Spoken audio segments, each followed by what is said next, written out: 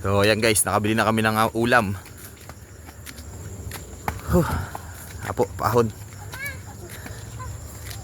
Ano yan? Nakabili na kami ng ulam doon sa may isdaan. Ano yan? Ano yan? Ano yan?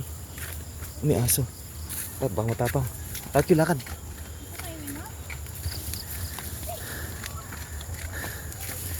Kahapo. Hindi so pinanggalingan namin paahon. Oh. Paahon guys.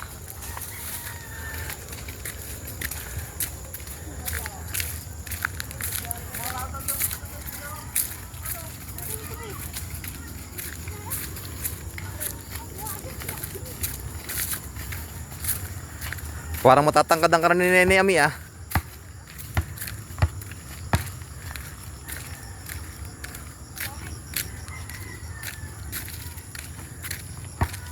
So ayan guys, anong oras na? Anong oras na? Mag-aalas 6 na no? 5:30 pa lang pala. So ayan guys, 5:30 PM na.